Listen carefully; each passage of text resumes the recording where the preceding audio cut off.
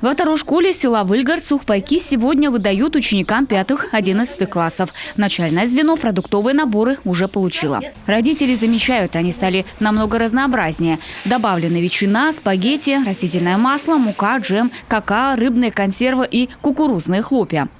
Очень богато. Здесь все есть.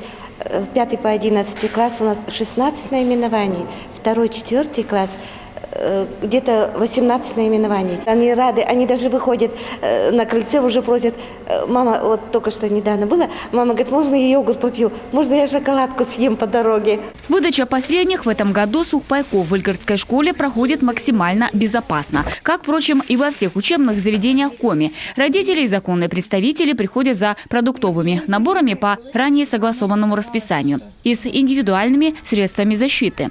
Сегодня мы выдаем сухие пайки малоимущим за период с 12 по 29 мая. Меры дистанции соблюдаются. Кроме того, в расписании по выдаче пайков вывешено, чтобы не было большого столпотворения по времени. И в основном так потихонечку идут. Нормально. Не было еще такого, что сразу все скопились много. С 20 апреля размер стоимости продуктовых наборов был увеличен в 2 раза. И хотя младшие школьники уже завершили обучение на прошлой неделе, тем не менее руководитель региона Владимир Уйба принял решение, что дети будут обеспечены наборами до окончания учебного года. Пайки хорошие, консервы хорошие, сами пробовали, сами варили там из них. Нормально. Печеньки хорошие, не самые дешевые. Мне больше нравятся вафли.